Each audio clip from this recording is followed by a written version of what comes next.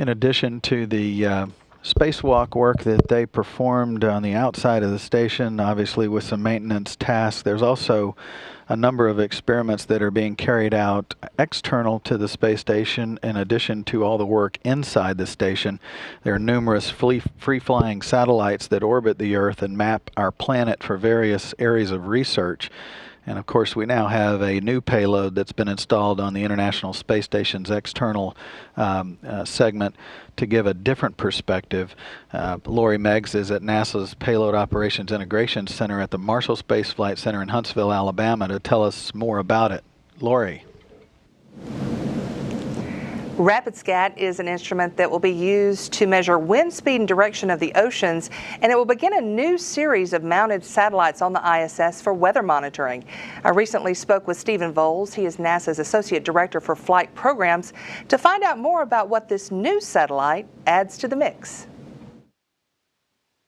But what we're seeing with the launch of Rapidscat is the first Earth Science Division, Earth Science focused measurement that NASA, I think, is invested in. That is built for and adapted to the ISS specifically. It's an active radar system. It sends microwave radiation down, it transmits it down, and if you have a picture you'll see this. It's a rotating dish. It transmits a pulse down. It's about 100 watts, which is not, it's a light bulb. And then it bounces off the surface of the ocean, that radar. Now the ocean is rough or smooth depending on how much wind there is above the ocean. So a rough surface gives you a different scattering, and we've done a lot of research over the past 20 years to understand, to measure the scattering of the ocean tells you the amount of wind right above the ocean. That's why it's ocean winds. It doesn't work over the land because obviously the land doesn't scatter, doesn't get reflected. So these are ocean only.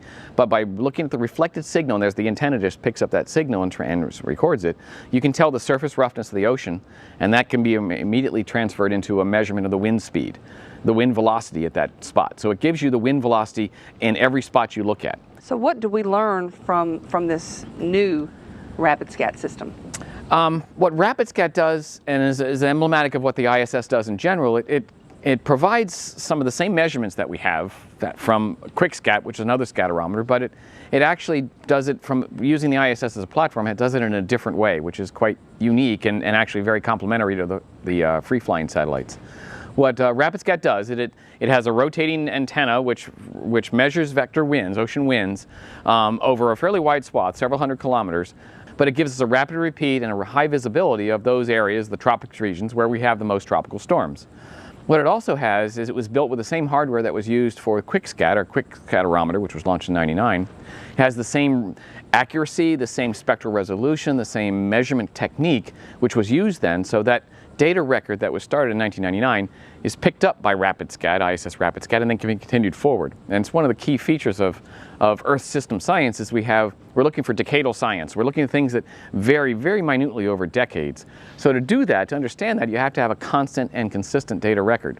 Rapidscat will anchor the 11 or the 14-year record from QuickScat and carry that forward into the next, to the next satellites and be cross-calibrating then with ASCAT. Now what ISS does, which is really kind of cool and useful for us as a tool in the measurement, is it's in what we call a precessing orbit, which means it doesn't cross the same spot on the Earth at the same time of day. It varies as the day rolls by, so sometimes it'll cross over Kennedy Space Center here at 6 a.m., sometimes noon, 1 p.m., etc., every hour of the day over a period of time. Winds are highly variable, and sometimes they vary on a day-to-day basis, hour-to-hour basis, and by viewing the winds globally at various times of the day, you get to see what's called the diurnal cycle, a diurnal variability. Now you'll notice here it's windy in the morning, but it's calm at noon, and then it's windy in the evening. If you only take measurements at noon, you think it's always calm, there's never any wind, no persistent winds. By doing it in multiple times, which is what ISS enables, you get to see that variability over the day, and that strongly complements the single crossing time measurements that we have from our polar satellites.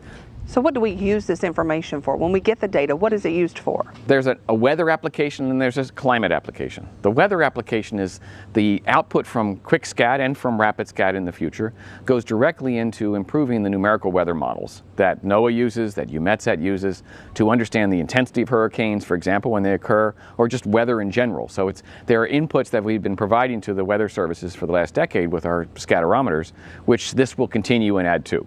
So that's the weather purposes, which is very, very important and improves the value of our predictions. from a climate point of view, what it does is it allows the variability, the diurnal variability, allows us to look at a different aspect of weather, of wind variability over a day that we don't have with our existing orbiting satellites. So that's going to open up new avenues of investigation and understanding of how the wind cycles change in particular spots on a daily or hourly basis. And it's a whole area of research that we have spot data from airborne science, etc., but from a satellite perspective, we don't have a good, consistent data record to start looking at. I think it'll open up new research areas. And Rapidscat engineers tell me this morning that the data is coming down looking great, and they're still undergoing calibration, but a successful start to a payload that should be on the space station for at least 2 years. Taking a live look into the Payload Operations Integration Center right now, we have TJ Creamer, the Payload Operations Director, leading the team here today, and he knows a little thing or two about being on space station and running those experiments himself as an astronaut. And also the PACOM, I want to point out JP Wilson.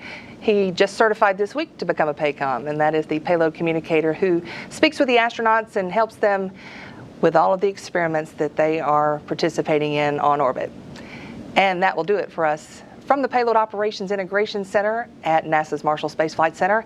Now back to you at Mission Control in Houston.